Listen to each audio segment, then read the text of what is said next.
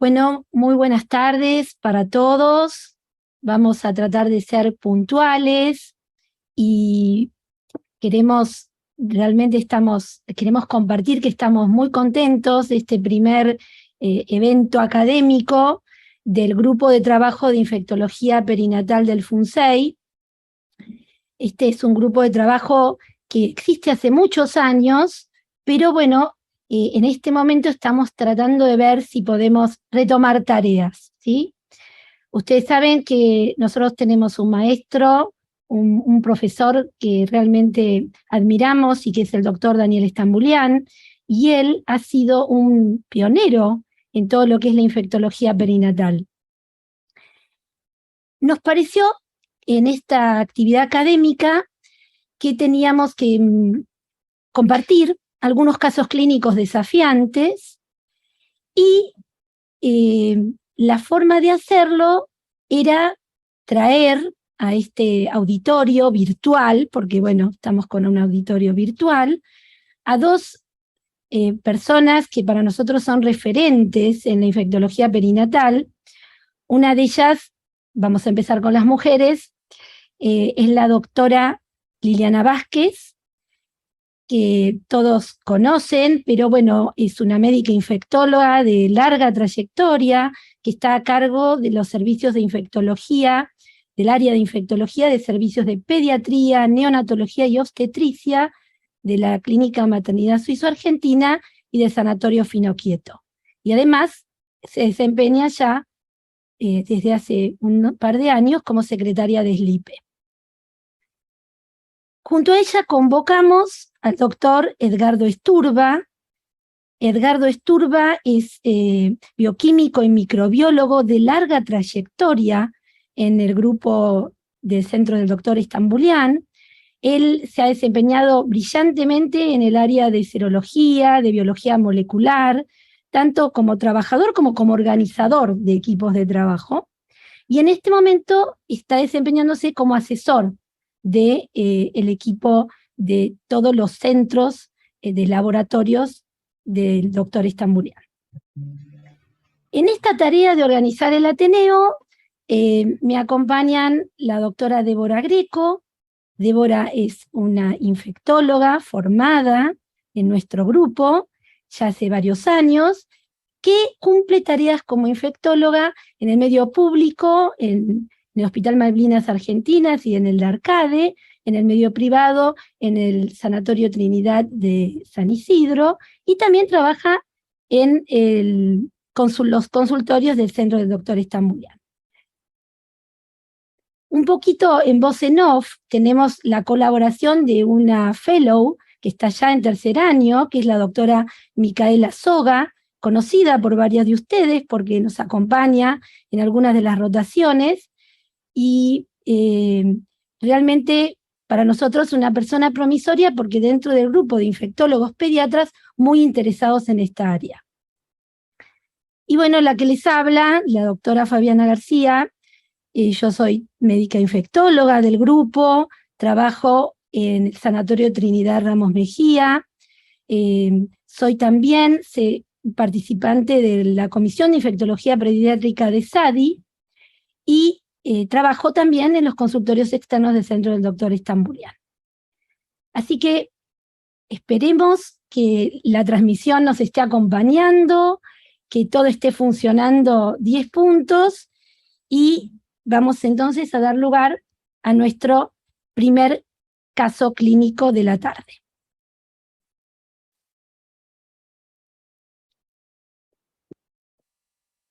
El primer caso clínico que vamos a compartir es un caso de sepsis tardía en un recién nacido de muy bajo peso. Este es una bebé que al nacer tenía 23 semanas y un poquito más de días, con un peso de 700 gramos, que ingresa en asistencia respiratoria mecánica posnacimiento, ingresa en la incubadora de humedad, como es la rutina, se le colocan catéteres umbilicales y se le indica técnica estéril de manejo durante los primeros 7 días. Al nacer se le hacen hisopados de vigilancia y hemocultivos, y por esta situación de labilidad y de prematurez extrema, se le indica antibióticos con el esquema que habitualmente usamos en esta unidad, que es de ampicilina gentamicina.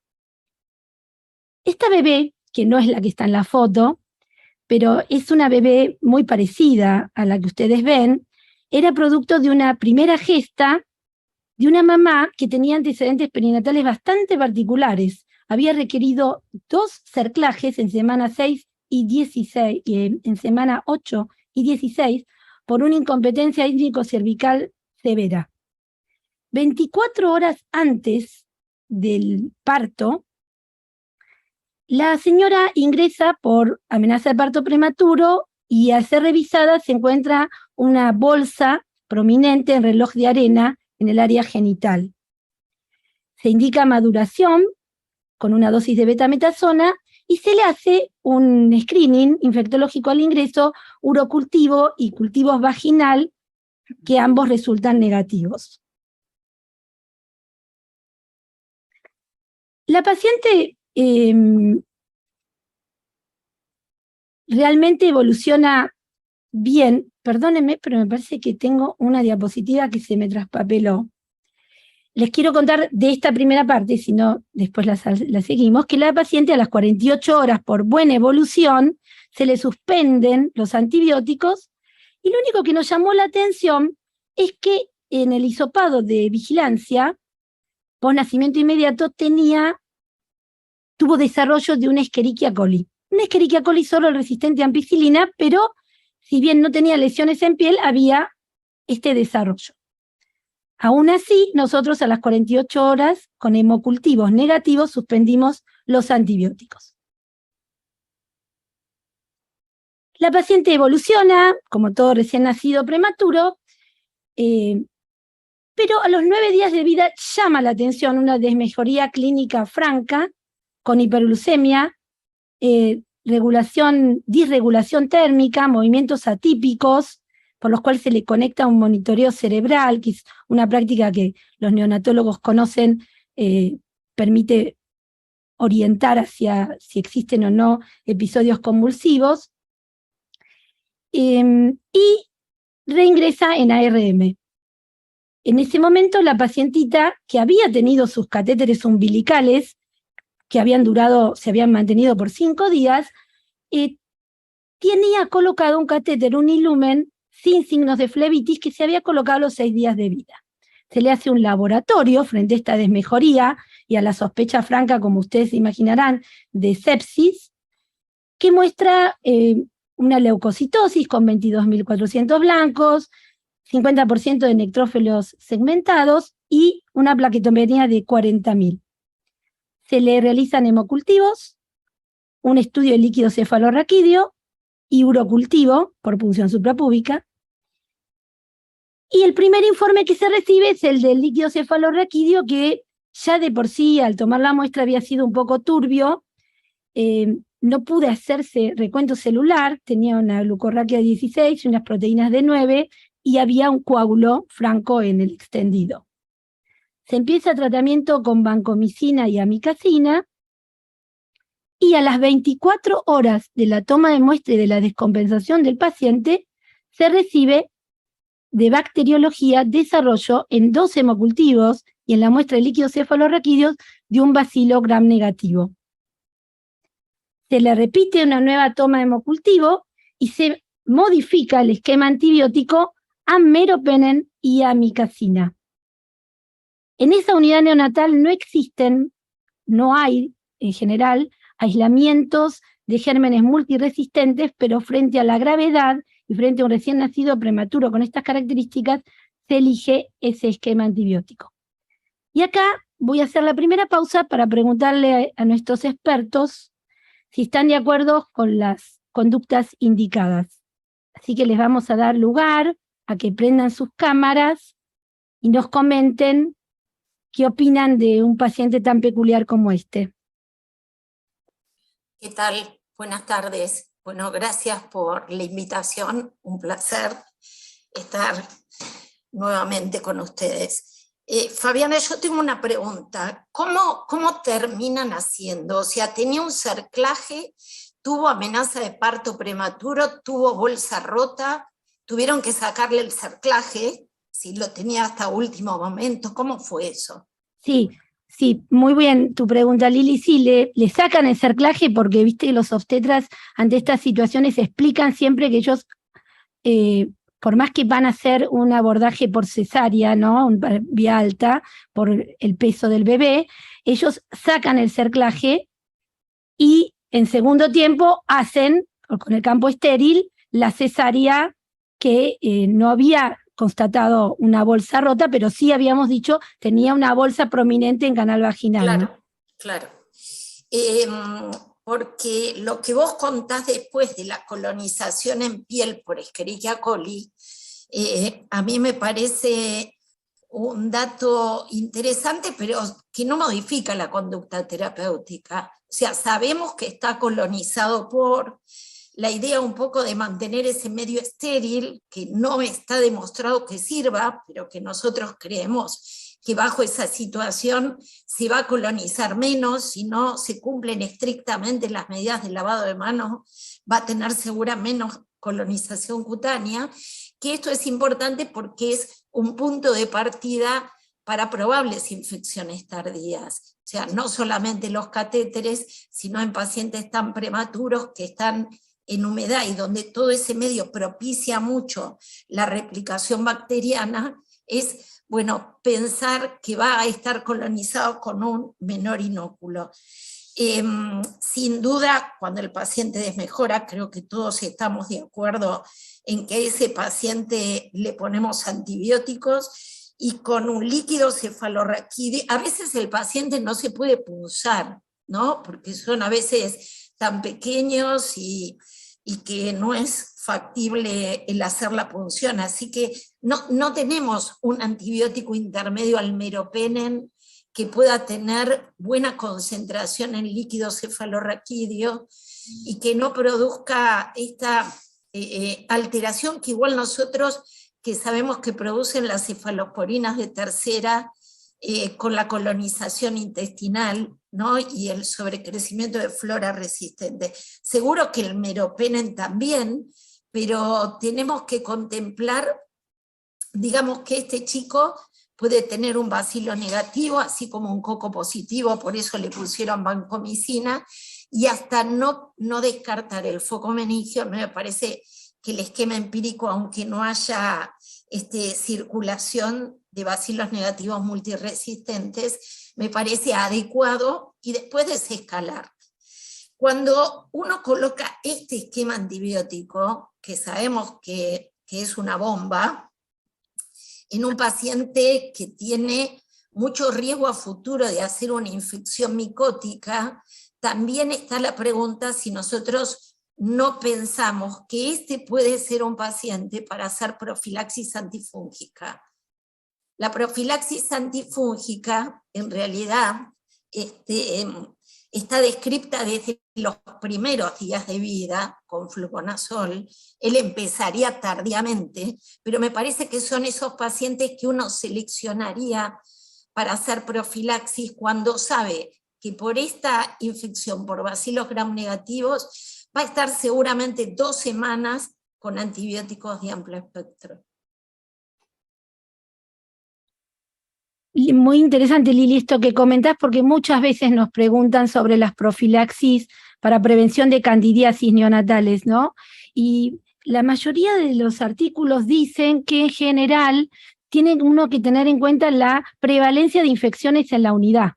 Si es una unidad donde la prevalencia de infecciones es muy baja, y ellos hablan hasta de porcentajes, ¿no? Dicen menos del 1 o 5%, entonces uno estaría como más atento en lo que es la manifestación clínica y la colaboración con bacteriología para hacer diagnóstico y tratamiento precoz, ¿sí? Si bien... Claro, pero acá no es una política de la unidad que, como vos decís, cuando supera más del 5% en menores de 1.500 gramos, uno tendría que pensar en incorporar la profilaxis hasta que maneje tratamientos antibióticos empíricos más cortos. ¿Sí? Que es un poco la consecuencia. Pero acá estamos individualizando un paciente de riesgo. Sí, no una política en la unidad. No, no, entiendo lo que decís porque es un paciente, aparte, ultra prematuro, si me permiten los neonatólogos la expresión, y es un paciente que, afortunadamente, el caso de esta paciente rápidamente maduró la piel y a los 9 días de vida, cuando hice esa descompensación, no era que teníamos esos pacientitos con esas pieles laceradas, no, era realmente un paciente que había madurado su piel, pero tenía los cambios metabólicos que estamos comentando y evidentemente hubo una documentación microbiológica, ¿no? No sé, Edgardo, si vos querés comentar algo en relación a la parte microbiológica, porque nosotros siempre con los microbiólogos, cuando nos informan esto, te imaginás que al minuto queremos saber el antibiograma, ¿verdad?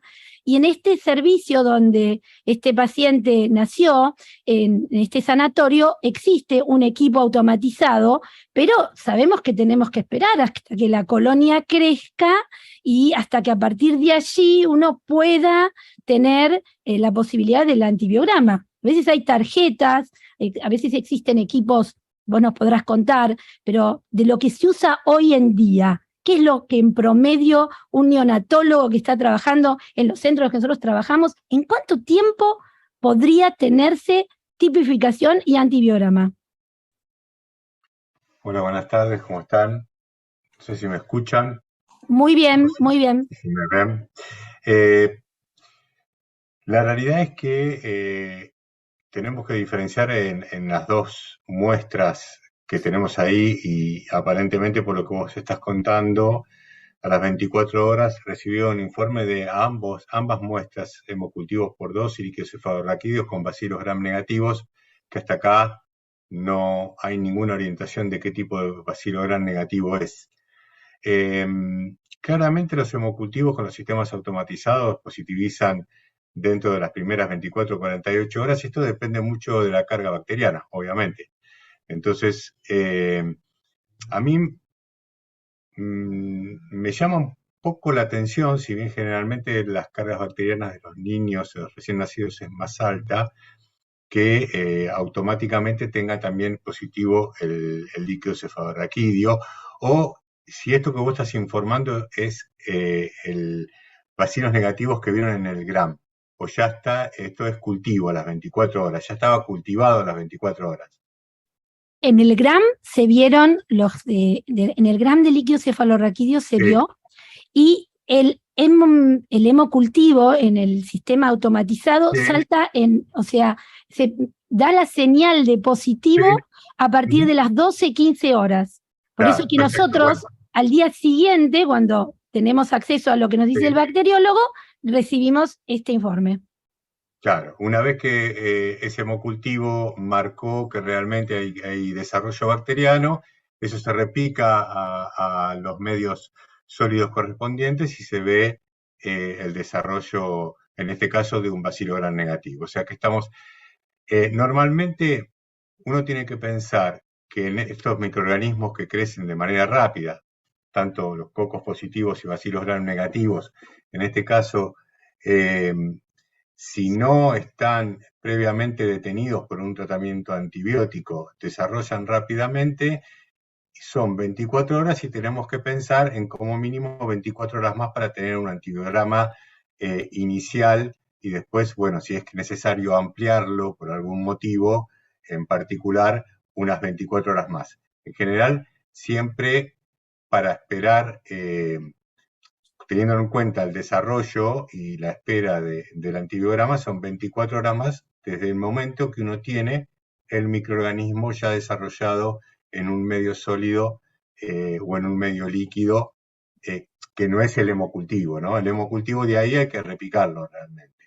Se puede hacer antibiogramas también, eso está probado a hacer directamente del frasco de hemocultivo, pero siempre son datos que son muy preliminares y lo mejor es hacerlo en los medios que corresponden.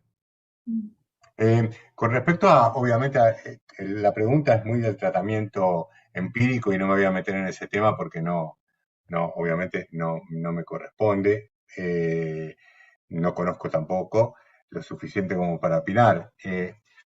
La verdad que Si no hubo un ingreso desde ninguna de las vías y uno espera que venga de la colonización, posiblemente uno no esté ante un microorganismo multiresistente, posiblemente, pero como dijo Lili, obviamente es un paciente de altísimo riesgo ante cualquier tipo de infección.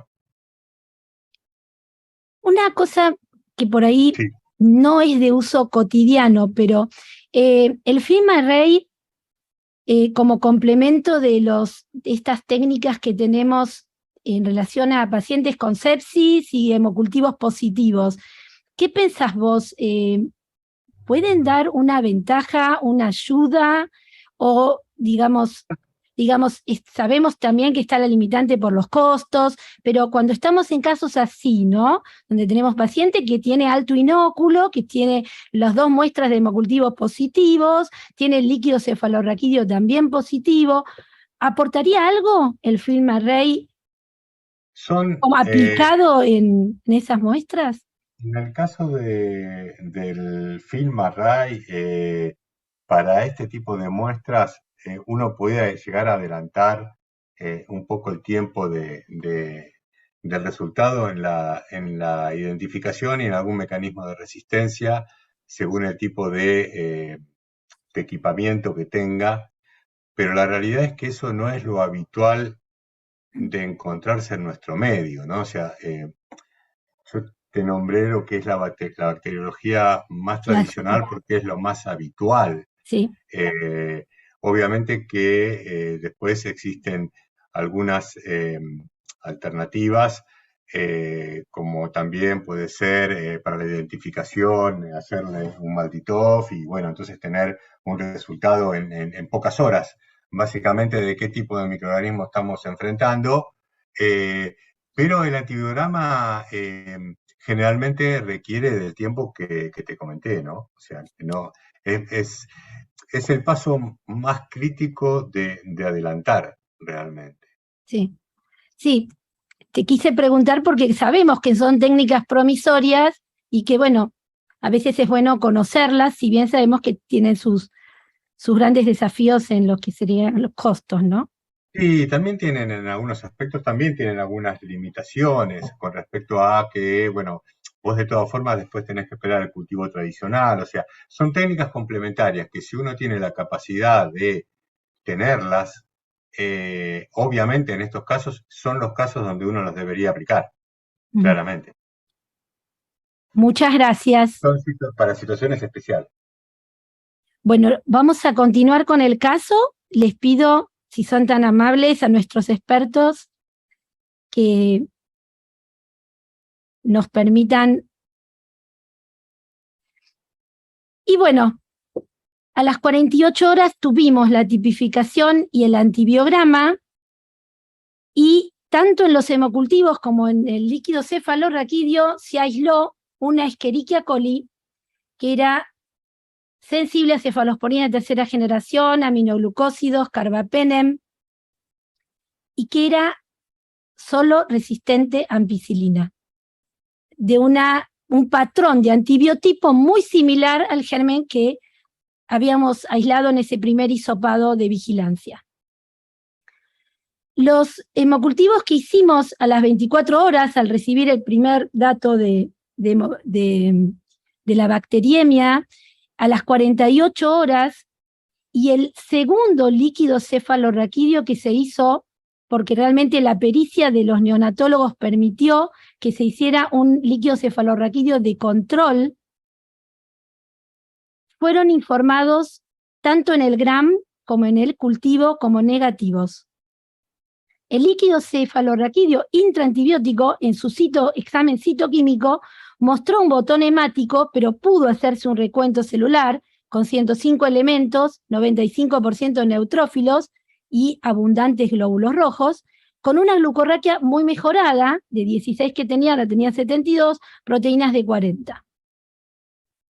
La pacientita va evolucionando, por supuesto el esquema antibiótico se adecúa, como dijo Lili, se descala, ¿sí? Se suspende la amicacina, se rota el meropenem por cefotaxima y la paciente completa con buena evolución clínica, 14 días totales de antibióticos.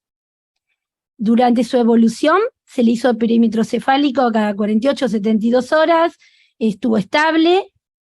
Las ecografías cerebrales no mostraron cambio con respecto a la primera semana de vida.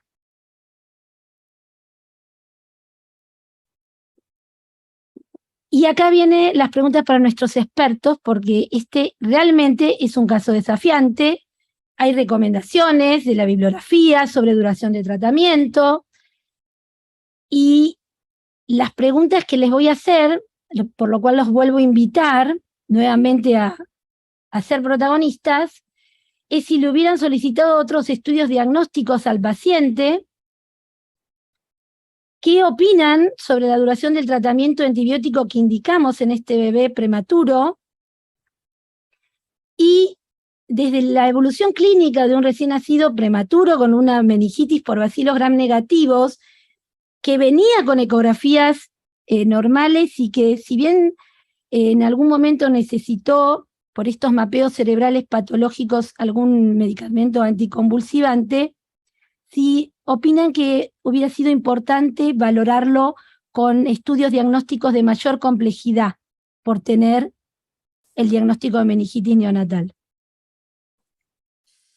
Yo, Fabián, estoy de acuerdo con todo lo que se hizo. O sea, me parece que no hubiera hecho más de lo que se hizo, porque no había en la evolución ningún dato que hablara de ninguna complicación.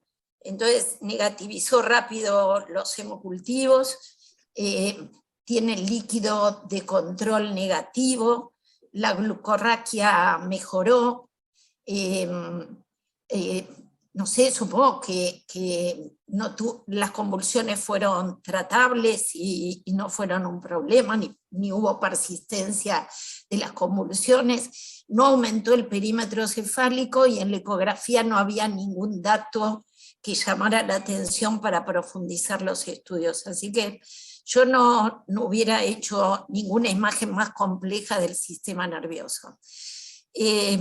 Ahora, si el paciente tuviera convulsiones persistentes, aumento del perímetro cefálico o líquido cefalorraquídeo de control persistentemente positivo, digamos, me parece que se justificaría.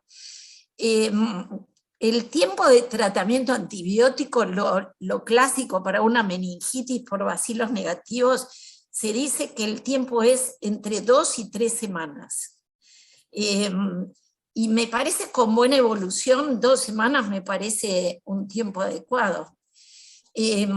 También la Escherichia coli permite tratarse con un solo antibiótico, no necesitamos hacer sinergia, así que el pasaje a cefotaxima me parece bien. No sé cómo la consiguieron, porque es bastante difícil de conseguir.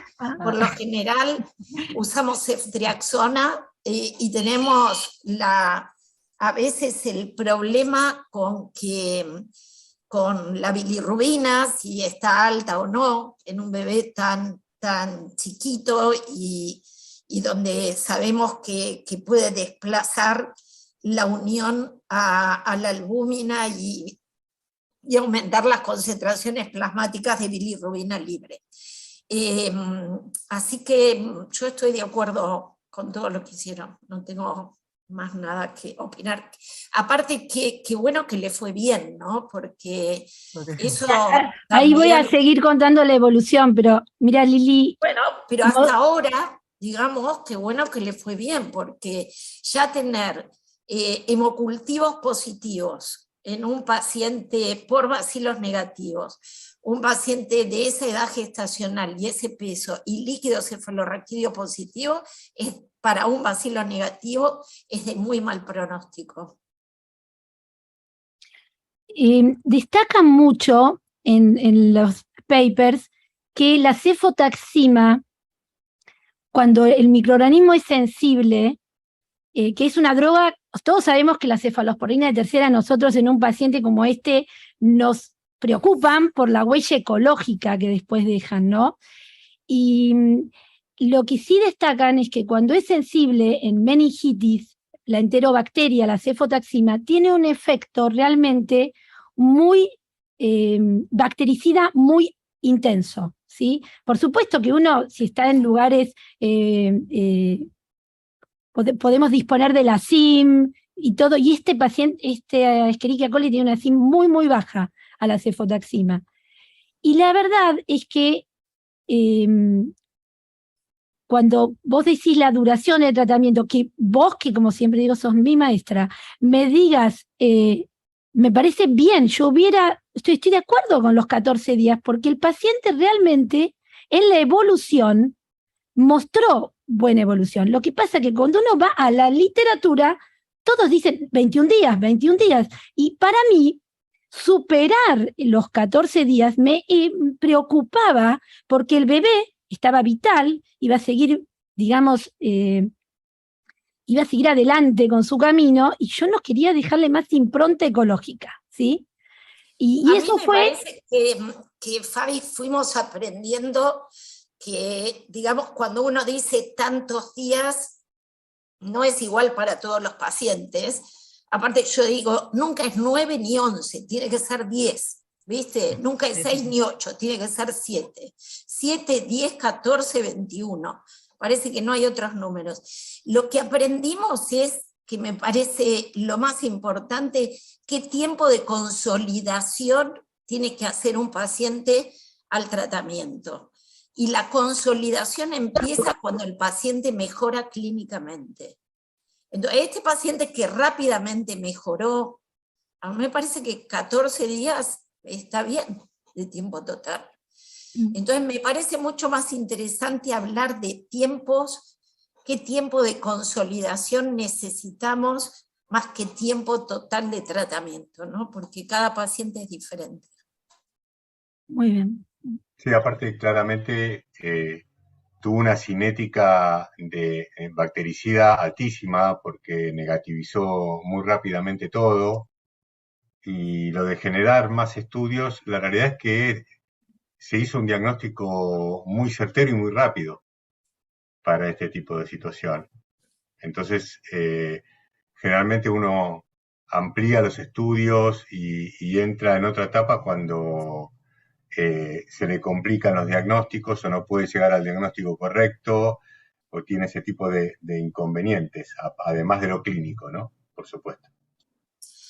A mí me sigue preocupando después de esto la cándida del paciente. Bien, ahí venimos, quédate tranquila, mira, ya vamos a poder, seguimos invictos.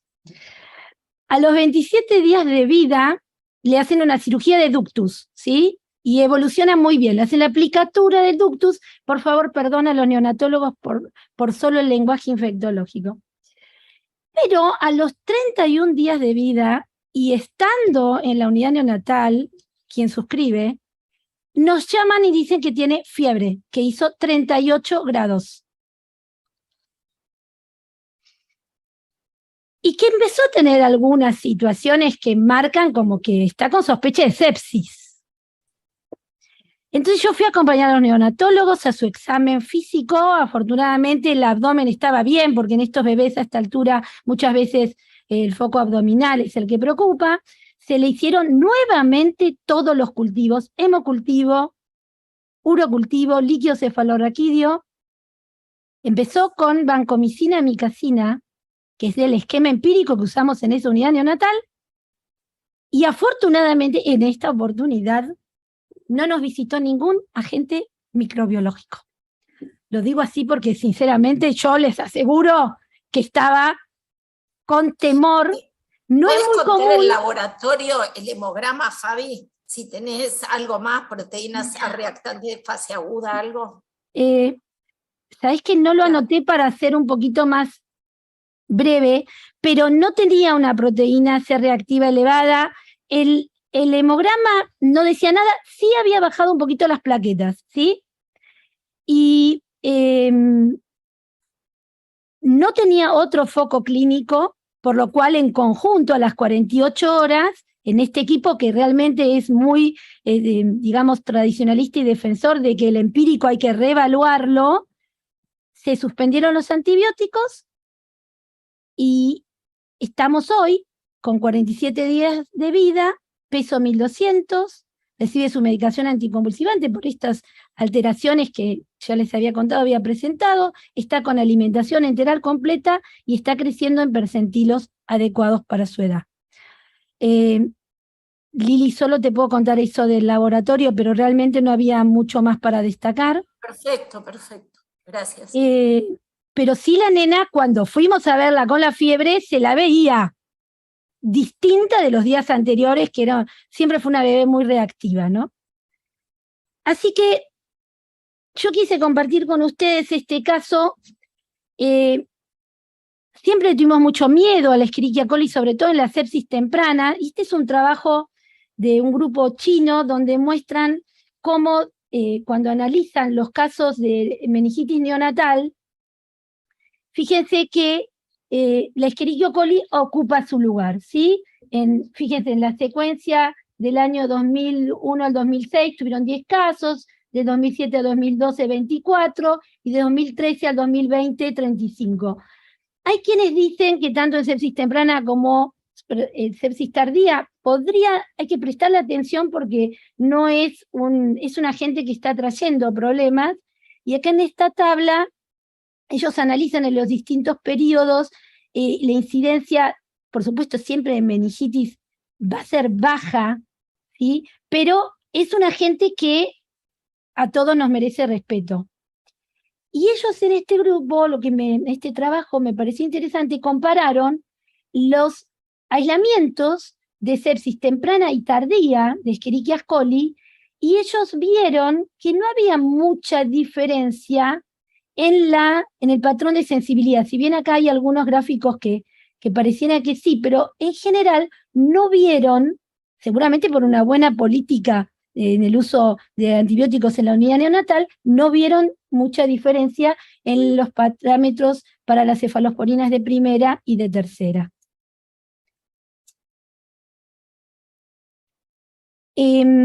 ¿Por qué a todos nos preocupan estos casos? Porque realmente sabemos que en un bebé ultra prematuro como este, cuando uno analiza la evolución a largo plazo, las meningitis en los análisis tanto multivariados como univariados, en cuanto a lo que significa las complicaciones de la sepsis tardía, se lleva un valor alto. Fíjense, acá hay un ratio de 45, en el univariado de 37, cuando se compara con los otros factores de riesgo o eventuales patologías que pueden tener los bebés, realmente se supera, y la meningitis debe ser muy bien evaluada en su evolución a largo plazo. ¿Cómo adquieren estos chicos la Escherichia coli? Y es todo un desafío, no se sabe bien. Aparentemente estos bebés la adquieren a partir de lo que sería el pasaje, fíjense la letra roja, ¿no? Del ingreso o la colonización en el intestino neonatal, y que a partir de allí harían lo que nosotros muchas veces decimos, esas translocaciones bacterianas que generan las bacteriemias, ¿no? Y algunos expertos que logran caracterizar mejor dicen que hay algunas cepas que tienen cápsulas K1 o algunos proteínas especiales, son las que quizás tengan mayor agresividad tanto para la sepsis o la meningitis en estos bebés.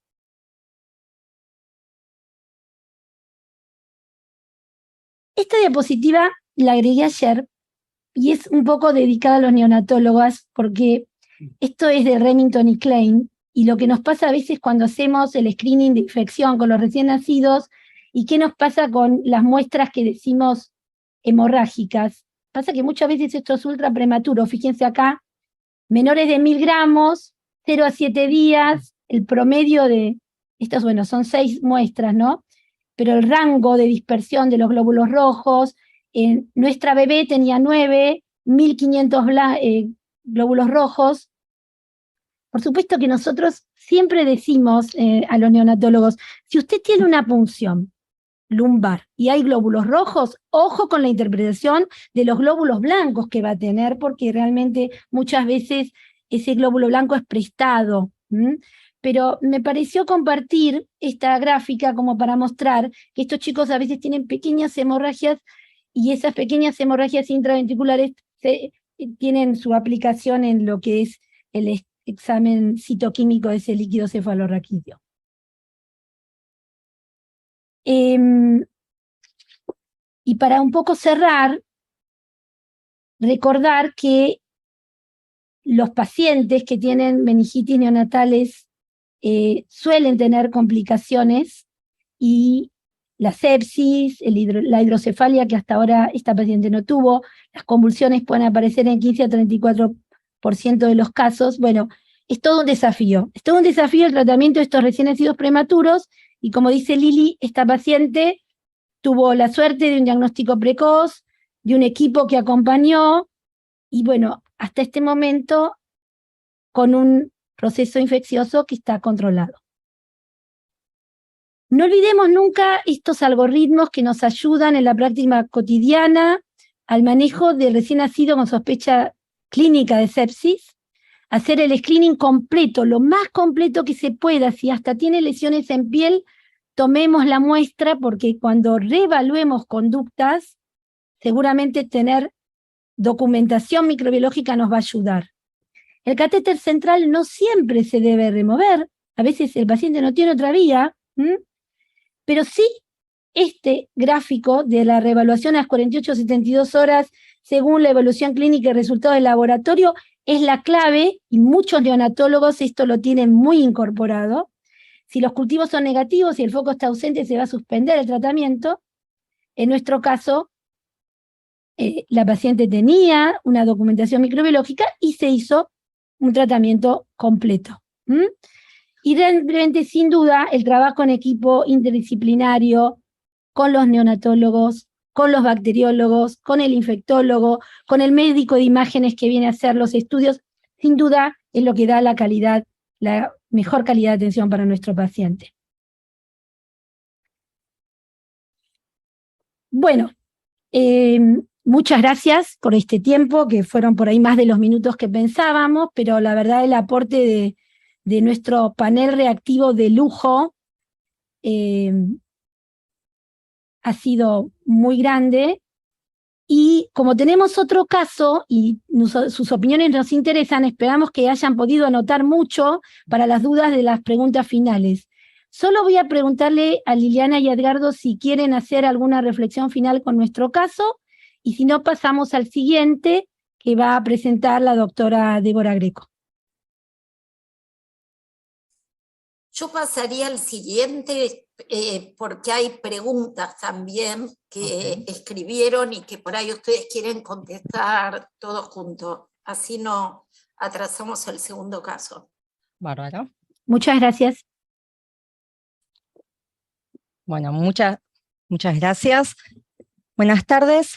Bueno, en esta oportunidad, lo que consideramos, como dijo Fabiana, es dentro del inicio de nuestras charlas hablar de una de las patologías de las TORCH, que tanto siempre nos preocupan. Y en este caso en particular voy a hacer hincapié en sífilis. Y en realidad uno tendría que decir por qué sífilis, ¿no? Porque en realidad tenemos una patología que conocemos, que estamos al tanto, que sabemos cómo tratarla, pero en realidad lo que nos pasa es esto. Este es nuestro país, es parte de lo que podemos llegar a ver en el Sistema Nacional de Vigilancia de Salud, en el cual, ¿qué es lo que vemos? Es que nuestras pacientes gestantes, el porcentaje, la positividad de las pruebas de tamizaje están en aumento, en claro aumento, que pasaron del 2011 hacia el 2020 a ser 3 veces mayor. Entonces esto, en realidad, a nosotros nos preocupa, porque nos influye directamente en la cantidad también de casos totales, en la tasa de neonatos que están afectados. Que es en realidad en lo que uno busca también, no solamente la importancia del tratamiento de lo que es la pareja, sino también la repercusión que tiene en el recién nacido. Un dato muy importante que salió de esta positividad es lo que se estuvo viendo en el último tiempo, que es el grupo etario que está afectado, que es entre los 15 y 19 años y los 20 y 24 años como los de mayor riesgo. Por eso, en realidad, lo que nosotros tenemos que abocar y pensar es hacia dónde va a ir el esfuerzo para cambiar. Si bien hay un plan en el cual la OPS participa, digamos que tiene un compromiso para disminuir y poder, se llama el EDMI Plus, que tiene que ver con la eliminación de las enfermedades de transmisión sexual materno-infantil, esto en sí tiene como meta, que tenía ya en el 2021, en el caso de la sífilis, disminuir el caso de las tasas de 0, a 0,5 casos o menos por 1000 nacidos vivos. Y nosotros, el último que tenemos 1.14. Para esto, el abordaje podría ser estar en lo que está orientado es aumentar la cobertura en lo que es el tamizaje y también el tratamiento. Pero bueno, en este caso en particular, lo que voy a contarles son 3 casos cortitos de la práctica diaria, pero para que pensemos juntos y que también surjan preguntas en qué estamos fallando, cuáles son los inconvenientes que llevan a que nosotros tengamos que seguir reviendo el por qué tenemos que intervenir. Bueno, en este caso tenemos una madre de 17 años, su primer control del embarazo fue a las 26 semanas de edad gestacional, primigesta, que en la semana 28 se recibe el resultado de su BRL de 16 DILs, con una prueba treponímica positiva, recibió tratamiento por su sífilis latente temprana con 3 dosis de penicilina, y en ese momento ella refería a no tener pareja ni contacto con el padre. Se le hace el próximo control y en la semana 36 tiene BRL de 4 DILs. El parto fue en la semana 40 de edad gestacional, en el cual se rechequea la BRL por el tiempo que había pasado desde el último resultado y tenía 16 DILs. Se asume como una reinfección, se trata con una dosis de penicilina benzatínica a la embarazada, en este caso ya puérpera. El recién nacido es hijo de madre inadecuadamente tratada, así fue como se interpretó. Tiene una BRL en sangre de 8 DILs, asintomático completamente, con radiografía de huesos normales, laboratorio normal, orina completa normal, se punza, y el líquido cefalorraquídeo en este caso tenía un recuento celular de 2 a 3 leucocitos por campo, con una glucorraquia de 53, unas proteínas de 1.5, con unos hematíes de 4 a 6 por campo, y una BRL reactiva. En este caso, se tomó la decisión de medicarlo con penicilina G sódica a la dosis correspondiente, endovenosa, 50.000 unidades kilodosis por 10 días, adaptada de acuerdo si estaba antes o después de la semana, y actualmente el paciente tiene 4 meses y tiene el control de BRL de los 3 meses de 1 DILs. A mí me gustaría, porque creo que acá el caso que trae Débora, que es de una adolescente, que justo dijo es el grupo etario que más nos está preocupando, trae algunas sorpresas, ¿sí? A mí me gustaría que Liliana me aclarara un poquito si ella hubiera considerado a esta embarazada en el momento del parto con esa BRL de 16 DILs y teniendo constancia de los 3 dosis aplicadas de penicilina, si lo hubiera considerado como una reinfección. Ay, no se escucha. Audio. Tienes que poner el audio, Lili. Es difícil la interpretación cuando, digamos, la BRL o la prueba no treponémica sabemos que persiste positiva y podría no disminuir en DILs. A mí no me llama la atención que tenga 16 DILs, después 4 DILs y después 16 DILs. O sea, muchas veces chequeamos cosas así que nos parecían insólitas y con otro laboratorio y los resultados no siempre eran comparables. Pero la verdad que es clave, digo, ahora sabemos el fin de la historia, esta señora se sobreinfectó, pero se reinfectó, pero a veces no es tan fácil interpretar esas diluciones en el seguimiento que pueden tener pequeñas variaciones. Muchas veces hemos hablado con Patricia Galarza, que es la coordinadora en el ANLIS de ETS, y es una persona súper bien predispuesta para volver a chequear algunas muestras. Así que lo que pasa es que esta paciente tenía algunos factores de riesgo, como ser adolescente, sin pareja estable, y con una enfermedad de transmisión sexual. Por ahí esa vulnerabilidad, y no sé hasta qué punto el relato con la paciente podía arrojar o hacer sospechar que ella se había reinfectado, a veces digamos, es difícil de valorar. Pero me parece que en la situación del embarazo, cuando uno tiene dudas, es mejor tratar de más, ¿sí? Porque a veces la definición la da el seguimiento de las pruebas no treponémicas en el tiempo, el rechequeo en otro lugar, pero yo también le hubiera dado una nueva dosis de penicilina benzatínica a las 40 semanas, porque bueno, esa reinfección tiene en tal caso menos de un año de evolución y una sola dosis es suficiente. Ahora, cuando vos contabas el caso, yo estaba pensando en las nuevas normas que largó el Ministerio hace 2 meses, y por ahí esta situación entraría en un recién nacido que uno no tiene que hacer PL.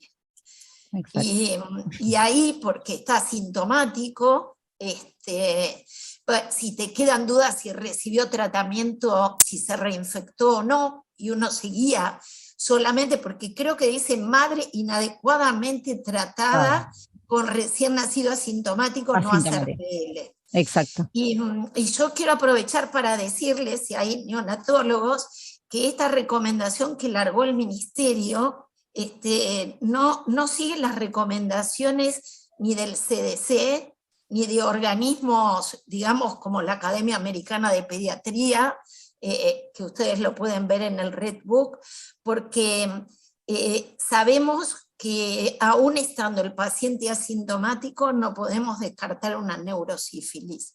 Solamente si tuviera pruebas no treponémicas en sangre negativas, podríamos excluir la punción lumbar para hacer, porque es muy difícil que haya una neurosífilis con pruebas no treponémicas en sangre negativas. Entonces, solamente en ese pequeño grupo, hijo de madre no tratada o inadecuadamente tratada, que el hijo tiene, su hijo tiene una prueba no treponémica negativa. Ante cualquier duda, mejor hacer la punción lumbar y estar atentos a esos 3 elementos a tener en cuenta en el líquido cefalorraquídeo, que es el recuento celular, la cantidad de proteínas que hay en el líquido y la prueba, la BDRL o la prueba no treponémica en el líquido cefalorraquídeo. Cuando uno junta, digamos, la clínica en general, más el resultado del líquido, que da todo negativo, las posibilidades de excluir la neurosífilis es muy, muy alta, ¿sí? Pero si uno no la hace, no la pudiera descartar. Así que lo que pasa la mayoría de las veces en esta evaluación, y creo que un poco es a lo que se trataba de corregir, con esta nueva normativa del Ministerio, la cantidad de niños que con la punción tienen una punción traumática, y entonces ese sobrediagnóstico induce a que muchos chicos estén 10 días internados con tratamiento endovenoso. Pero, digamos, también uno cuando tiene una punción que sospecha que es traumática, no por supuesto la BDRL positiva, puede pensar en repetir la punción 1 o 2 días más tarde, empezar con la penicilina endovenosa y rechequear ese valor para descartar que no sea traumática. Exacto. Sin duda. Yo quería preguntarle a Edgardo, perdón Débora, pero porque son cosas que uno también fue aprendiendo. Decime, Edgardo, el reactivo para determinar BDRL en líquido cefalorraquídeo, ¿es el mismo reactivo que se usa en sangre? Sí, a ver, como ya lo explicó bien Lili, la prueba no treponémica, cualquiera que tomemos, nosotros tomamos la BDRL porque es la que usamos en nuestro medio, básicamente, tenemos que pensar que lo que estamos midiendo son anticuerpos antilipopolisacáridos, que es una mezcla de cardiolipinas y otros polisacáridos que normalmente se producen cuando hay daño celular y que tienen una cantidad de reacciones cruzadas muy importantes, y es una prueba que, pese a ser una infección antigua, digamos, y muy estudiada y muy conocida, tiene una prueba de laboratorio de lo más, ¿cómo puedo explicar? Parece de la década del 30 la prueba de BDRL. Es una prueba extremadamente subjetiva, es una prueba extremadamente manual, requiere de una cantidad de aspectos que tienen que ver con las características del suero, tiene que ver con las características del reactivo que se está utilizando, la homogenización. Le estoy nombrando un montón de cosas que yo sé que a los médicos no les interesa mucho, pero es la realidad del laboratorio. Y lo que decía Lili es verdad, en el aspecto de que a veces las diferencias que parecen muchas entre 4 y 16, cuando uno está en el laboratorio no son tantas. Yo lo que sí creo es que lo que uno tiene que en estos casos, obviamente que si tiene algún lugar de referencia para mandar la muestra y confirmar algunos datos, pero me parece que lo mejor es amigarse con su laboratorio en el sentido de tratar de poder entender qué es lo que pasa y que ese laboratorio repita las muestras de manera, digamos, rápida y en el mismo día y todas juntas. Y para esto hay que guardar las muestras y eso se hace un poco complicado, pero lo concreto es que es mucho más difícil eh, tener, si supongamos que tenemos un error en algún laboratorio, ya sea por el observador o por el reactivo o por lo que fuese, ese es un error que se sigue arrastrando en todas las pruebas. Entonces, el error se produce tanto en el título 16 como en el 4. Entonces, es una forma de eliminar ese error, hacer todo en el mismo laboratorio. Claramente, en este caso, parecería una diferencia realmente significativa, por lo menos en lo que en teoría siempre hablamos de que el aumento de 4 veces el título, etcétera, parece claramente una reinfección, pero es cierto que las pruebas no treponémicas siguen siendo casi la única herramienta que tenemos para determinado tipo de situaciones, como sería la neurosífilis. Por supuesto que tiene que estar acompañada, como dijo Lili, de todo lo que es la clínica, la epidemiología y de datos de laboratorio que ayuden a definir este tipo de situación, pero sigue siendo una prueba extremadamente subjetiva, con lo cual hay que tomarla con mucho cuidado. No sé si Sí, hacer la te correcta dirías a eso. interpretación, que creo que es eso, ¿no? El poder verlo, el reverlo, el ver en qué situación también en este caso estaba la mamá o el bebé, como también se interpretó todo, ¿no? Pero creo que lo de trabajar con el laboratorio muchas veces sí se dificulta en algunos lugares, en otros uno tiene la posibilidad de acceder al poder repetirlo, el tener la muestra guardada, y creo que es parte de esto, ¿no? El poder reevaluar en qué situación está para tratar de la manera más adecuada también al paciente. También hablábamos con Débora, ahora viene otro caso, pero para preguntarle a Edgardo, ¿no? ¿Qué pasa? ¿Por qué se sigue usando tanto la BDRL cualitativa? En muchos lugares uno a veces escribe BDRL cuantitativa y te llega el informe cualitativo, positivo, negativo, o sea... Nos estábamos quejando de eso. Eso es una cuestión de nuestro sistema de salud que tiene mucho que ver con lo que se paga, lo que no se paga, cómo se paga y ese tipo de cosas. La BDRL es una técnica cuantitativa per se, o sea, claramente, digamos, no existe, por lo menos en mi criterio, bueno, en el criterio general, no en el mío, sino en el criterio que se aplica a la BDRL, justamente la BDRL, la utilidad que tiene, una de las utilidades que tiene, aparte de la neurosífilis, es el control de tratamiento, y para eso se necesita el título. Es justamente Pero la única puede ventaja. ser, Edgardo, puede ser que le hagan, por ejemplo, RPR, y porque para nosotros BDRL, digamos, llamamos a todo BDRL, pero son, digamos, el conjunto de pruebas no treponémicas. Sí, para el líquido cefalorraquídeo puntualmente, para definir neurosífilis, BDRL. tiene que ser BDRL. Sí. Pero hay pruebas de screening que son por ahí más fáciles de hacer y más rápidas. Estas pruebas tipo RPR, que No sé es qué una hace prueba no RPR, treponémica y que está informada como en forma cualitativa. no Y sé por quién hace ahí, RPR, Lili, sinceramente, no es una técnica habitual en el laboratorio. Desconozco quién hace RPR. Sinceramente te digo. Puede ser. nosotros tenemos en la Suizo el screening a través de hemoterapia, se hace con RPR. Y cuando es positiva, ahí le largan un método rápido treponémico. Pero a veces como una prueba de screening, porque a mí me llama la atención, si le hacen una BDRL, que no la cuantifiquen, ¿no? Yo creo que deben de hacer otras pruebas que... Mira, te voy a ser sincero, nunca hice una RPR, literalmente, nunca la hice, no conozco cómo es el procedimiento, pero normalmente son pruebas de aglutinación que, digamos, tienden a ser, todas son subjetivas en la definición, y por eso vos requerís después la prueba treponémica.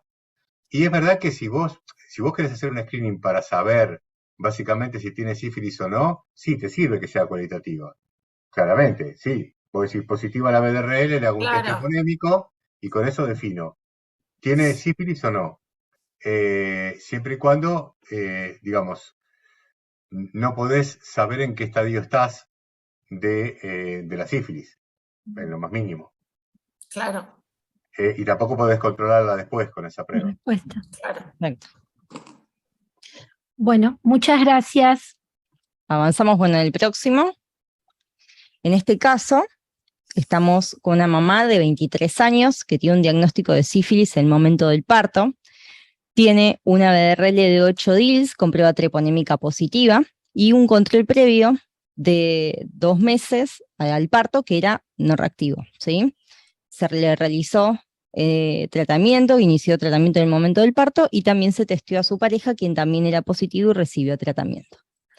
En este caso, fue un recién nacido prematuro de 34 semanas, con peso adecuado para edad gestacional, con una BDRL de 32 DILs en sangre, que entre los exámenes mostró que la radiografía de huesos largos se veía una periostitis de ambos fémures, laboratorio sin particularidades, al igual que la orina completa, y el líquido cefalorraquídeo arrojó un recuento celular de 6 a 8 leucocitos por campo, con una glucorraquia de 42, unas proteínas de 1.05, hematíes 1 a 2 por campo, y una BDRL reactiva.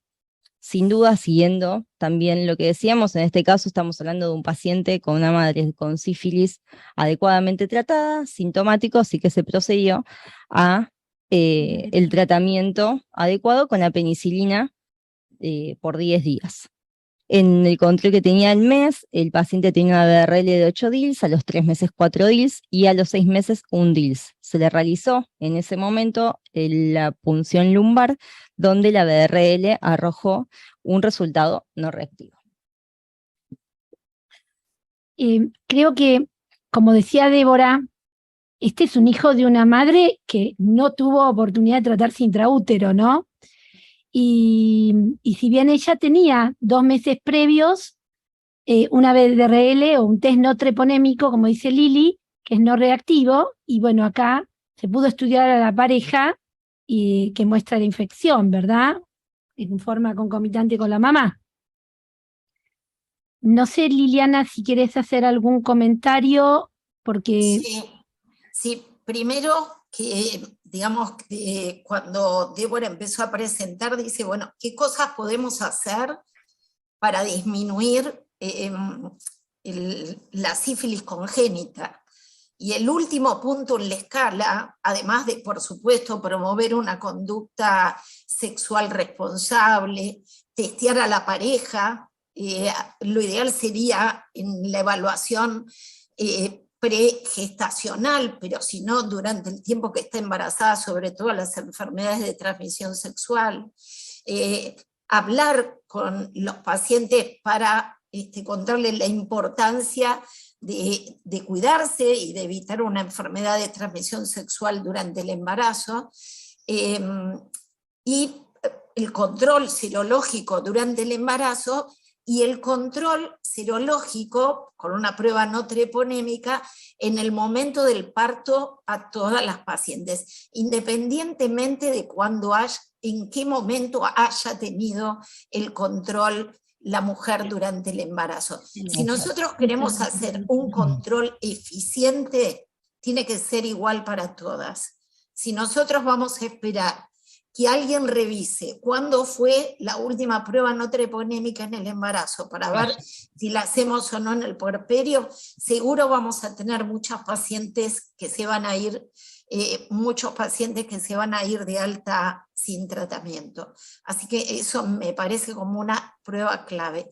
Y finalmente, con el recién nacido, vieron que en la última modificación de la normativa de seguimiento del recién nacido, ya levantaron la indicación de punción lumbar de control en la evolución, ¿sí?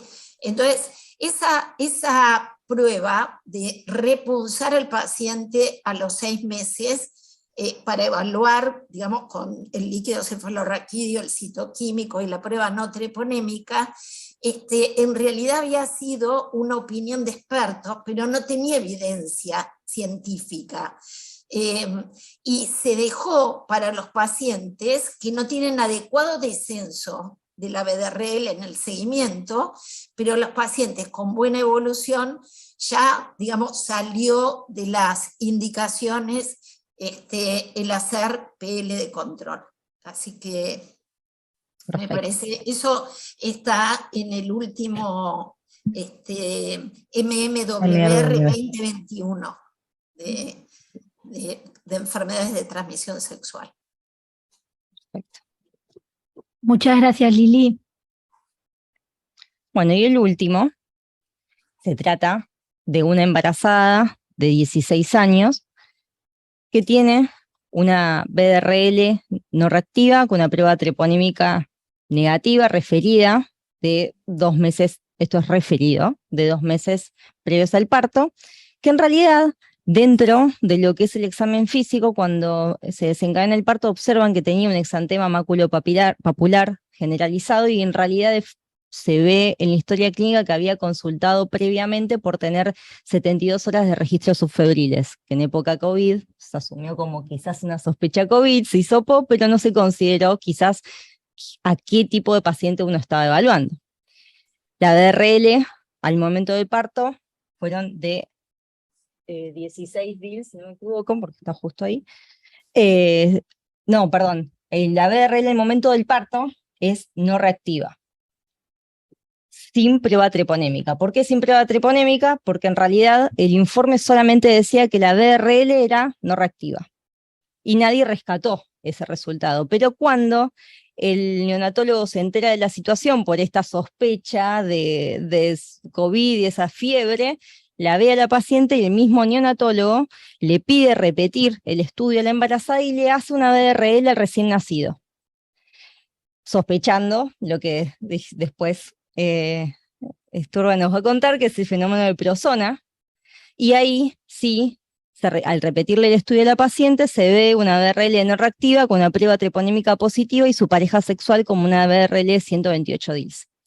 En ese momento, cuando el neonatólogo le hace la BDRL, tiene ya 2 DILs en sangre el recién nacido. Se trataba de un recién nacido completamente asintomático, con una radiografía de huesos, laboratorio, orina, líquido cefalorraquídeo normal y una BDRL en líquido cefalorraquídeo no reactiva.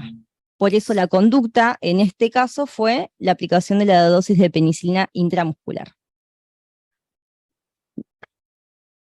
Bueno, por suerte tuvimos un caso sin neurolúes, porque, a ver, evidentemente eran casos muy peculiares, ¿no? Contados. Pero muy interesantes todos, porque así esto nos hace ver la importancia, que lo que decía Lili, el paciente madre inadecuadamente tratada o no tratada, hay que hacer estudio líquido cefalorraquídeo.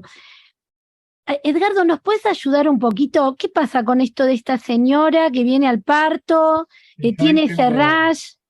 Ella ya me quiso adelantar con el efecto persona. Bueno, viste, Bueno, es que pero- vos nos No. enseñaste. Pero mi pregunta es una pregunta que me hago, tal vez yo estoy equivocado. ¿No puede ser una sífilis primaria que ya tuvo en ese momento También, y donde claro la que sí. BDRL tiene una sensibilidad menor que la prueba Exacto. treponémica?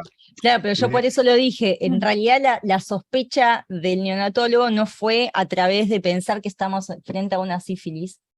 O sea que era esperable que en este periodo agudo lo podríamos ver, sino que lo consideró porque tengo clínica y tengo una BRL negativa, digamos. Estoy hablando de una paciente de riesgo, fue ese análisis que en realidad fue el correcto, digamos. Sí. Pero bueno, creo que Está bien, sí.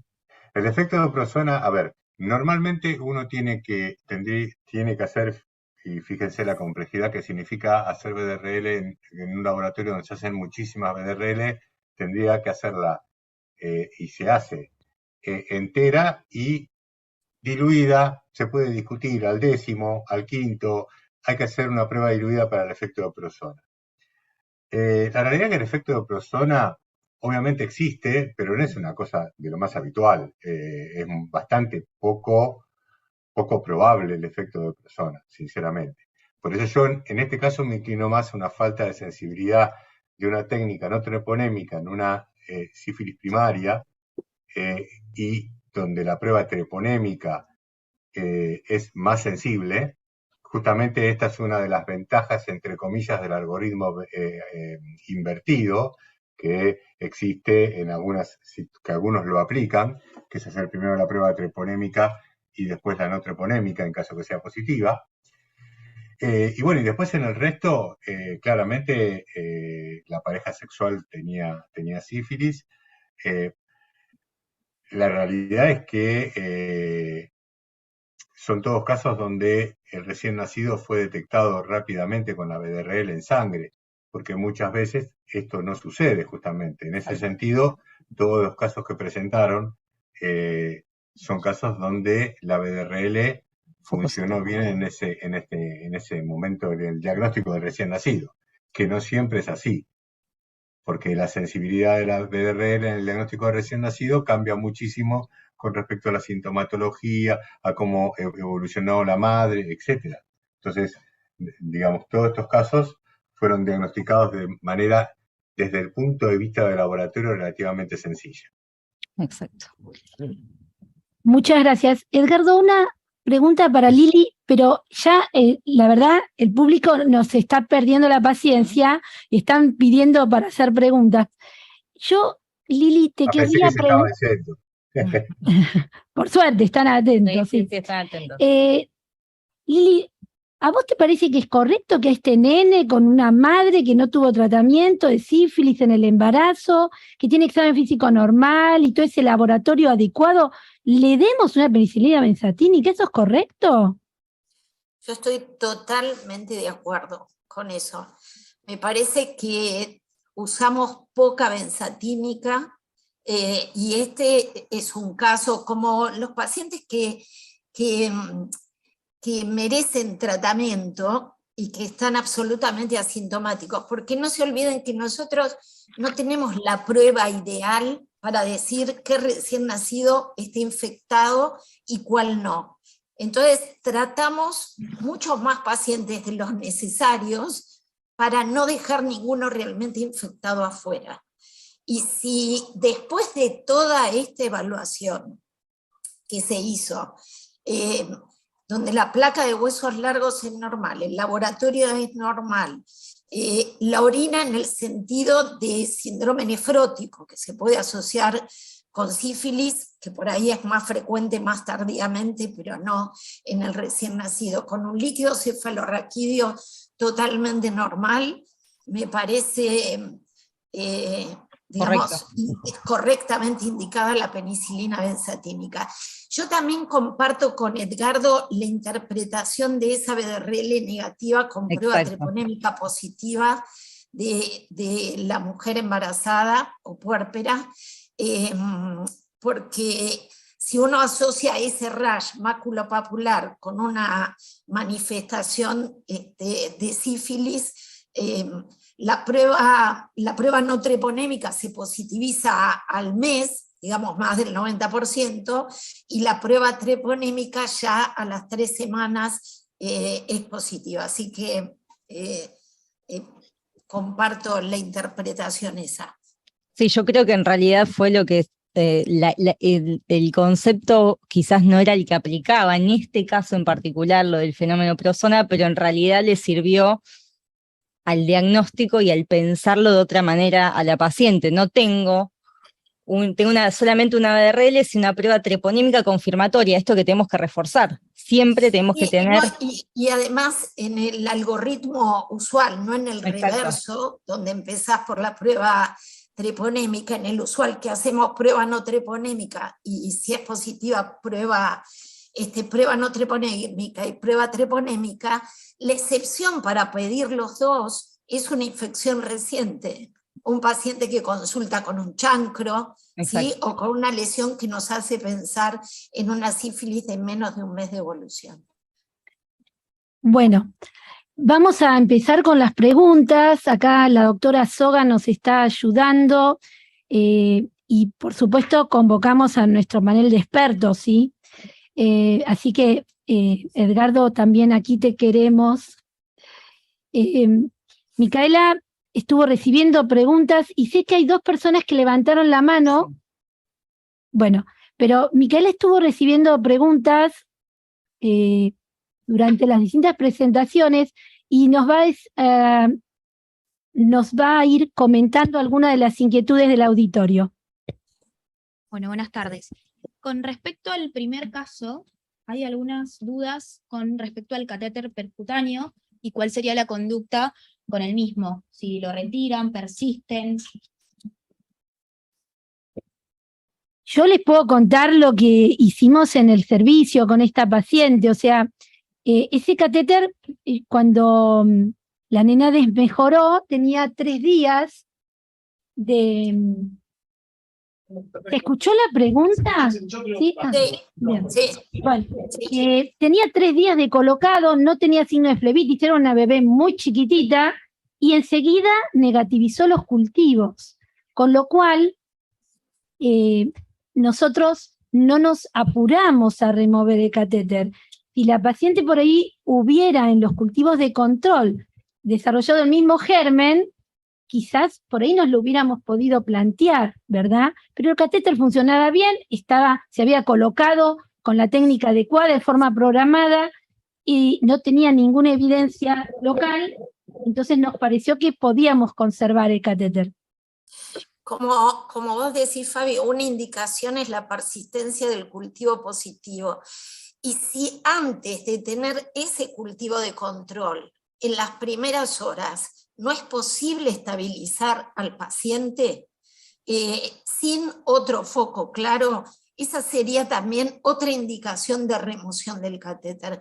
Pero si el paciente logra estar estable con el tratamiento antibiótico y con el resto de las medidas de sostén, esperamos el resultado de los cultivos de control. ¿De acuerdo?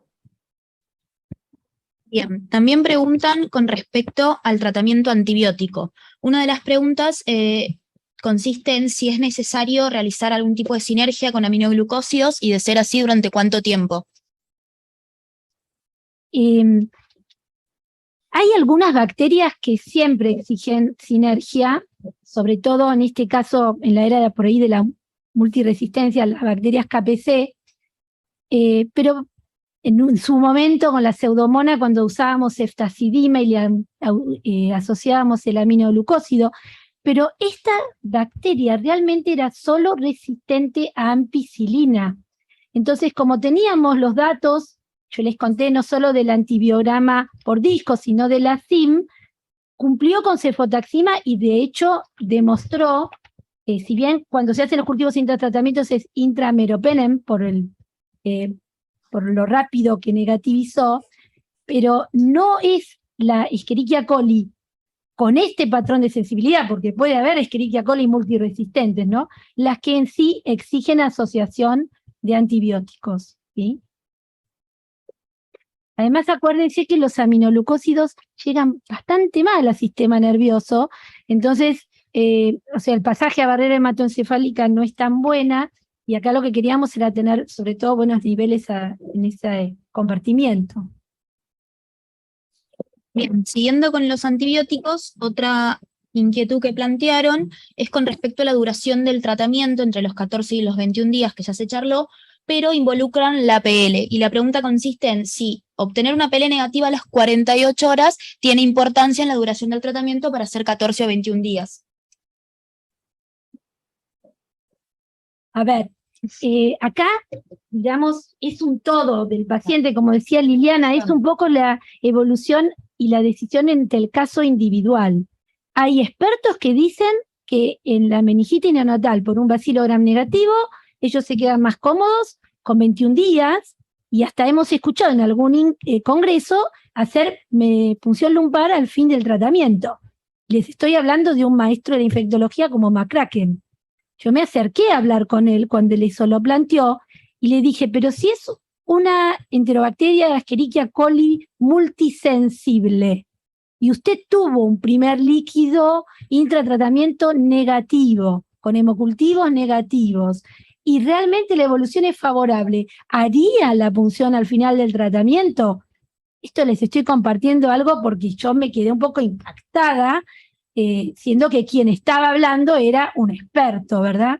Y él me dijo, no, ese es un caso particular, pero ojo con otros bacilos gram negativos multiresistentes, donde usted debe vigilar esto que yo les decía, perímetro cefálico, ecografía, si no hay buena evolución, como decía Liliana, porque son convulsiones, digamos, que no se controlan, y quizás hasta tenemos que hacer tomografía. Nos pasó hace muchos años, cuando yo recién empezaba en infectología perinatal, y algunos por ahí los que están escuchando ¿se acuerdan? Meningitis por Citrobacter fregundi con abscesos cerebrales, ¿sí?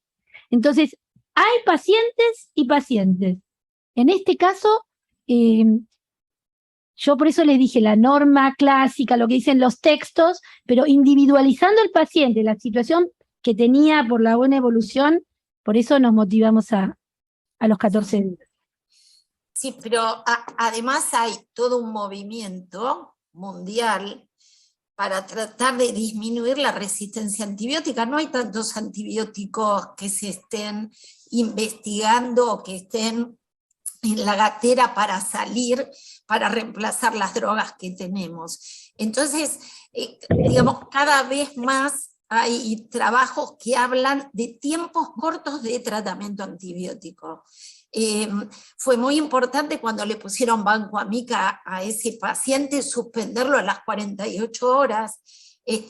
La resistencia se da por el uso prolongado. Así que tenemos que individualizar cada paciente, tenemos que charlarlo, es muy importante lo que opinan los neonatólogos que están todo el día al lado del paciente, ver los datos del laboratorio y en base a eso hacer una sugerencia de seguimiento y pensar siempre en los tiempos más cortos que pueden ser efectivos. Si la última charla de Pablo Sánchez que dio para Perú, creo que fue, que estábamos muchos de nosotros escuchándolo, él hablaba que de las neumonías neonatales el tiempo de tratamiento eran 7 días y que a las 36 horas suspendía el tratamiento empírico en las sepsis precoces. Decía que solo una dosis de aminoglucósido tenían los pacientes. Entonces, todos están muy preocupados por acortar los tiempos de tratamiento antibiótico. Y la verdad es que a mí no me genera dudas que este paciente, que no siempre, o sea, es tan claro y nos va tan bien, pero que este paciente que tuvo excelente evolución tenga el tiempo más corto de tratamiento antibiótico. Bien, continuando, preguntan sobre la importancia de la repunción a las 48 o 72 horas de haber iniciado el tratamiento antibiótico. cuando uno tiene un paciente con meningitis bacteriana, hasta hay expertos que dicen que hay que hacer la punción antes de las 24 horas, ¿sí? Es decir, si uno sabe que el paciente tiene una meningitis y uno está usando un antibiótico, por supuesto que cruce barrera hematocefálica, la curación microbiológica es fundamental, ¿sí? Por ahí no estamos tan acostumbrados a ver meningitis y meningitis neonatales, gracias a Dios, ¿verdad? Porque sabemos, ya vimos la morbilidad que dejan, pero sí es fundamental, la punción intratratamiento se tiene que hacer.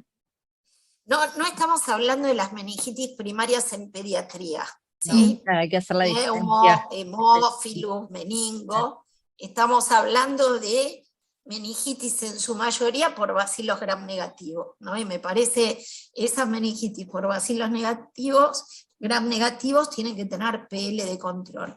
Así como todos los pacientes que tienen mala evolución. A veces tenemos sepsis por estrepto beta hemolítico del grupo B en chicos que evolucionan muy bien, y ahí uno por ahí es más prudente en no generalizar la PL de control. Pero bacilos negativos, sin duda, tienen que tener PL de control. Una pregunta que se repitió bastante es la importancia de buscar una infección micótica en el paciente, la utilidad de las IFAs en orina y la posibilidad de búsqueda de focos profundos. Algo que es importante, y Edgardo nos lo puede confirmar, es que en los frascos de hemocultivo convencionales, si hay una infección por levaduras tipo cándida, que es la que más frecuentemente afecta a los recién nacidos en la unidad neonatal, el microorganismo va a desarrollar, ¿sí? O sea, no es que tenemos que tener frascos especiales o medios de cultivo especiales, ¿sí? Por lo cual, el hecho de tomar una muestra de hemocultivo, tomar urocultivo, hacer la siembra, todo eso ayuda, y eso lo hemos visto. A veces la micosis sistémica se diagnostica por el urocultivo positivo y no aparece en el hemo, porque el rendimiento a veces no es tan alto, ¿sí? Y los búsquedas de focos profundos, la verdad la hacemos cuando tenemos el germen documentado, ¿sí? Estos bebés igual prematuros tan chiquitos, ecocardiograma, por ejemplo, se les hace para evaluación de la sepsis, pero y ecografía abdominal muchas veces se hace también como parte de la evaluación.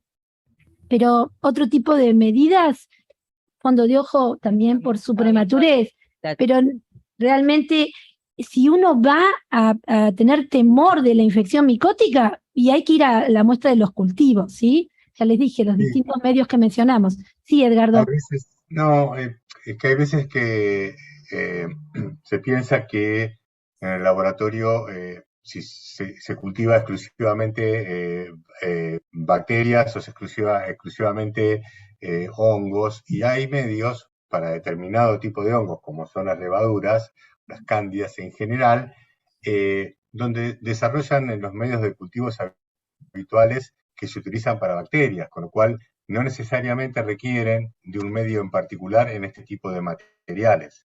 En otros tipos de materiales uno los puede utilizar, pero no necesariamente requieren de un medio especial. O sea que de haber existido cándida, en el hemocultivo se tendría que haber detectado. Muchas gracias. Me parece que, digamos, no es el típico paciente que uno por la evolución, digamos, enfatiza la búsqueda de focos profundos. Siempre le fue bien, ¿no?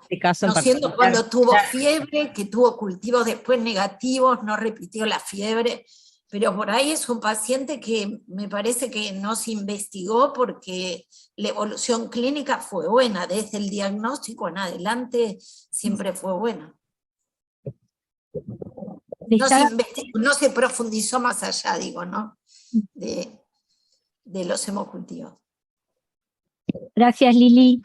Bien, finalizando con el primer caso, pasamos a los casos posteriores. Preguntan sobre la posibilidad de haber realizado al momento del parto BRL en el cordón umbilical.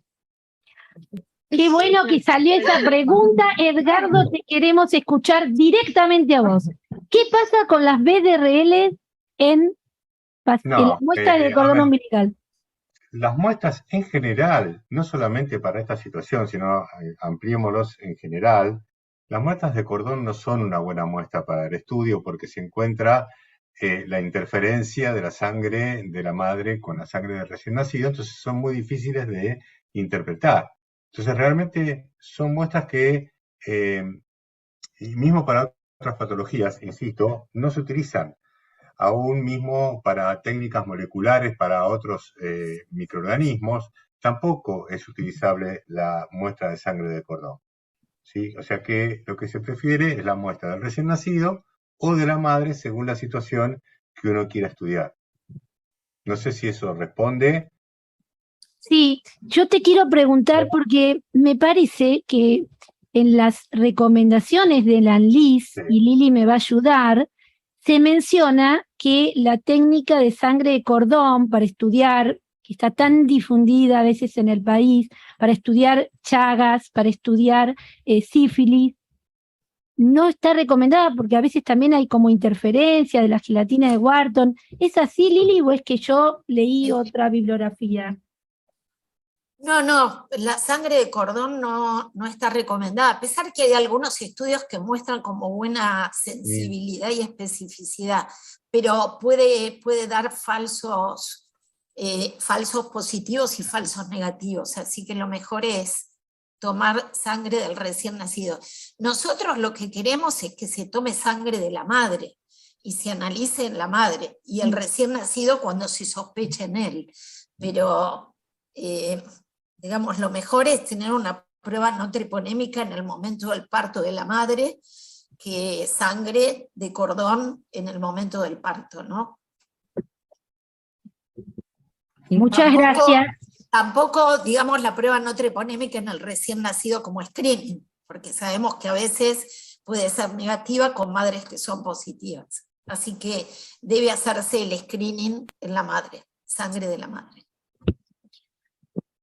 Siguiente pregunta. ¿A partir de qué valor se considera positiva la BRL en un recién nacido? ¿Si es mayor al de la madre o positivo aunque sea menor al de la madre?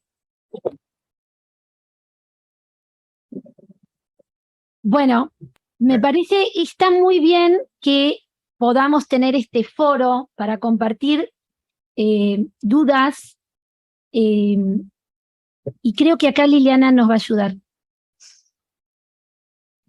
El valor de BRL en el recién nacido o la prueba treponémica solo tiene valor diagnóstico si el título es mayor que el de la madre o es positiva en el líquido cefalorraquídeo. El resto puede ser pasaje trasplacentario, o sea, nosotros necesitamos darle una interpretación clínica. Hay sífilis congénitas con BRLs negativas del recién nacido y hay chicos sanos con BRLs positivas. No se olviden que hay pasaje trasplacentario de estos anticuerpos, entonces para poder interpretar el resultado tenemos que ponerlo en contexto. ¿Cuál es el valor de la madre y cuál es su historia de tratamiento y de seguimiento? Sí, generalmente se habla de que el título del recién nacido tiene que ser 4 veces superior al de la madre, cosa que no siempre es fácil de demostrar, y otras veces, esto es porque creo que hay una diferencia en decir cuándo un resultado es positivo de cuándo es significativo de infección congénita, que son dos cosas distintas. Resultado positivo de BRL, un DIR ya es positivo, no debería tener ningún resultado positivo, en realidad recién nacido.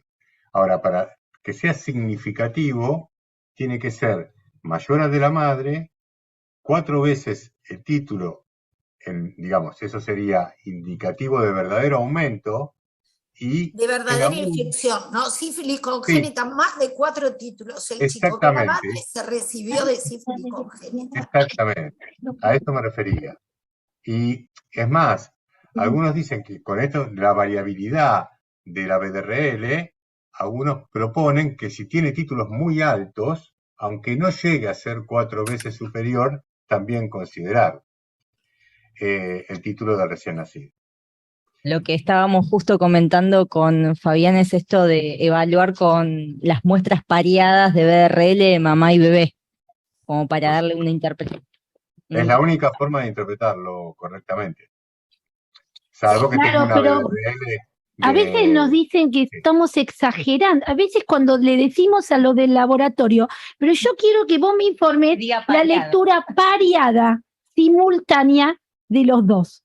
Y entonces, ¿por qué? Por lo que vos nos decías recién, porque uno hace el comparativo entre el dato de la mamá, por lo que explicó Lili, el pasaje transplacentario, como para tener indirectamente algún dato, que es lo que nos pregunta seguramente el colega, de si hay o no a través de la BDRL enfermedad, ¿sí? ¿Y no, vos pensás que se hace la BDRL pareada siempre? No, pero digamos, a ver, el diagnóstico serológico de la infección perinatal requiere del binomio madre-hijo y requiere de ambos resultados simultáneamente y poder compararlos, porque en algún momento formaron parte de lo mismo. O sea, si lo pensamos de esa manera, tenemos que poder marcar la diferencia entre uno y otro, y para eso lo tenemos que hacer pareados. Son dos muestras que tenemos que hacer juntas y comparar los títulos, y es más, cuando digo juntas en el mismo laboratorio, en el mismo día, y si es posible, por el mismo operador. Llego hasta ese punto. No sé si queda Nosotros claro. pensamos como vos, Edgardo. Gracias, Edgardo. Gracias porque realmente, además lo dice la literatura, no es que estamos desvirtuando algo, ¿no?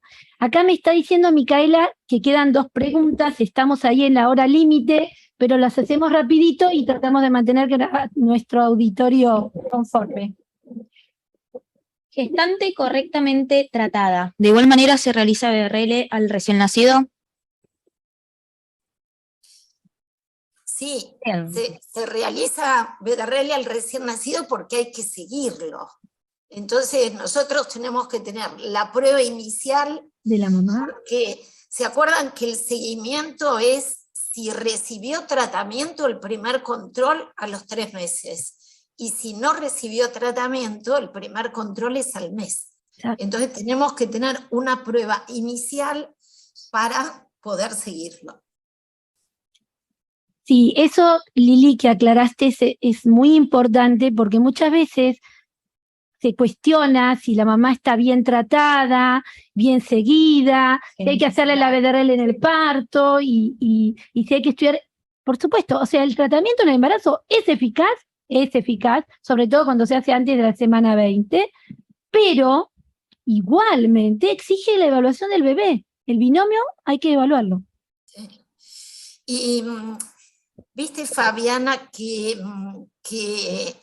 digamos, y en el algoritmo nuestro también figura que una madre adecuadamente tratada y seguida durante el embarazo con títulos de pruebas no treponémicas en descenso, y aún un recién nacido, ponele, con una prueba no treponémica negativa y la evaluación normal, ese chico no le haríamos PL porque tiene la BRL negativa, aún en ese chico hay algunos expertos que dicen de hacer una penicilina benzatínica, o no tratarlo o hacer una benzatínica.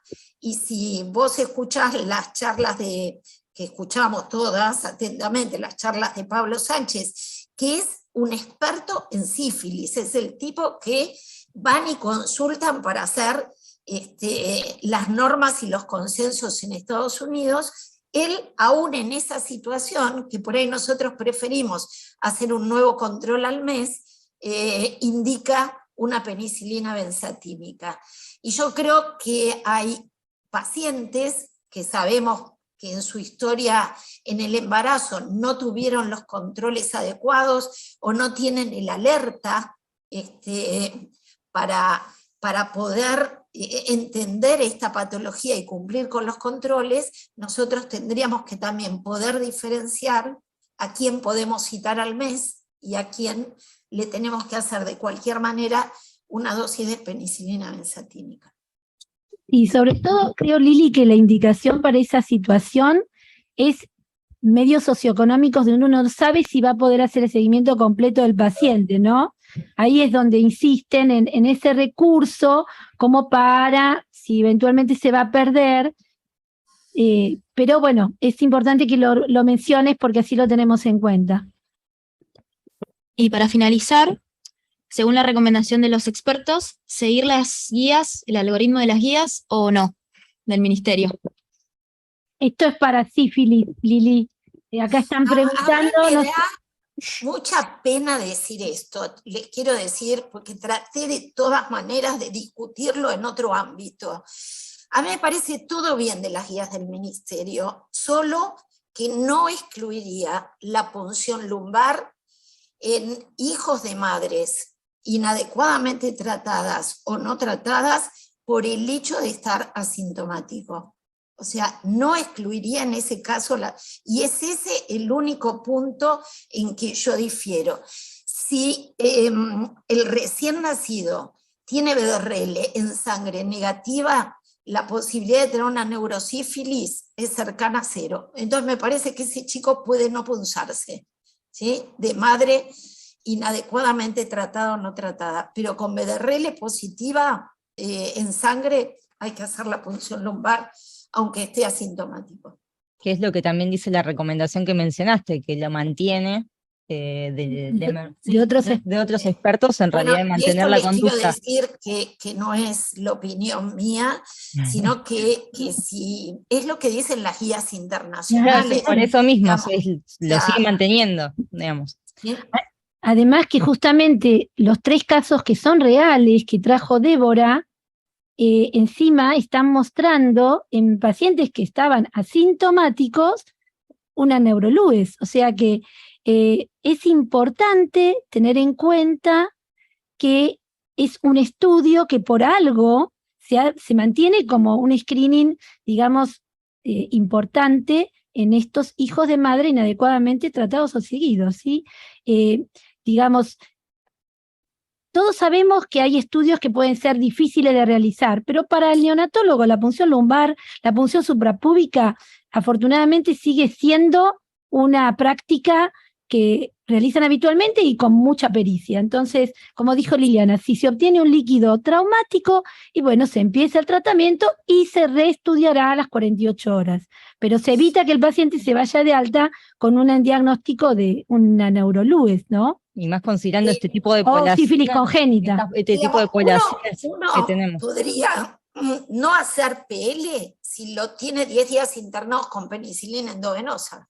Exacto. Pero digamos, nosotros realmente apoyamos y tratamos de promover que se haga la punción lumbar cuando la BRL en sangre es positivo, aunque esté asintomático, para poder excluir la posibilidad de neurosífilis y poder aplicar una penicilina benzatínica y que se vaya a la casa, ¿sí? Pero para hacer una benzatínica hay que estar seguros de que ese tratamiento va a ser adecuado y completo. Bueno, muchas gracias, Edgardo, Liliana. Micaela, quiero que te acerques porque quiero que te conozcan. Sí, Micaela, por favor, que además es muy linda, ¿no? Así que vale la pena para el auditorio. Realmente, nosotros se nos voló la hora, ¿eh? Se nos voló la hora. Recorrimos capítulos así. Ella es Micaela. Recorrimos muchos capítulos y creo que fue útil. A todos nos apasiona lo que hacemos, por lo tanto, haber podido compartir con ustedes esta hora y media, un poquito más, ha sido un placer. Ha sido un placer tener este panel de expertos, ¿sí? Gracias por haber participado. Y les queremos contar que más o menos en un mes vamos a hacer un segundo recorrido de casos clínicos, pero esta vez vamos a dedicarlo a obstetras y ginecólogos. Así que no porque no nos podemos encontrar, pero estos primeros encuentros van a ser un poquito así divididos por equipos porque nos pareció que era más productiva la conversación. No sé si Lili o Edgardo quieren decir algo para cerrar. pero realmente Primero, todo es gratitud, todo es agradecer. gratitud. Les agradecemos. Todo es gratitud, todo es agradecer. gratitud. Les agradecemos. Sí, agradecer la invitación, agradecer la discusión y digamos que retomen con los ateneos que siempre fueron muy ricos y la verdad muy, muy útiles para todos. Solo contestarle a una persona que no me gusta que queden preguntas, y hay una persona que dijo, ¿qué pasa con padre no tratado? Entonces, digamos, si nosotros en la evaluación decimos, este paciente no merece tratamiento, padre no tratado es indicación de penicilina benzatínica. No evaluar, por eso, no evaluar binomio solo, también al padre. Exacto. Muy bueno, Lili. Nosotros desde acá no podemos ver las preguntas, pero se ve que entró recién, y la verdad que es importante lo que dijiste, porque como siempre el algoritmo queda la situación del padre ahí media ambigua, pero bueno, es un dato para tener en cuenta, y bueno, no necesariamente el bebé va a necesitar los 10 días de penicilina, pero sí la pareja, ambos dos, un seguimiento, y el bebé es alternativa. Bueno, yo aprovecho y también les agradezco. Con respecto a los algoritmos, solamente un comentario. Siempre los algoritmos son una guía que uno no los puede tomar estricto en todas las situaciones, tanto dentro del laboratorio como en la clínica, donde tiene que acompañarlo del criterio y en cada situación en particular. Yo les agradezco un montón, comparto con Lili que son muy enriquecedores todos los ateneos y compartir los casos clínicos, así que muy agradecido por la invitación y espero que haya servido y que nos volvamos a encontrar.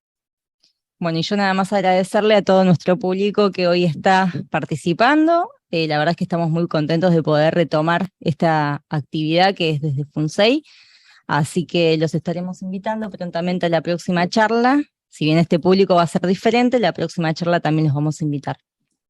Bueno, muy buenas tardes para todos.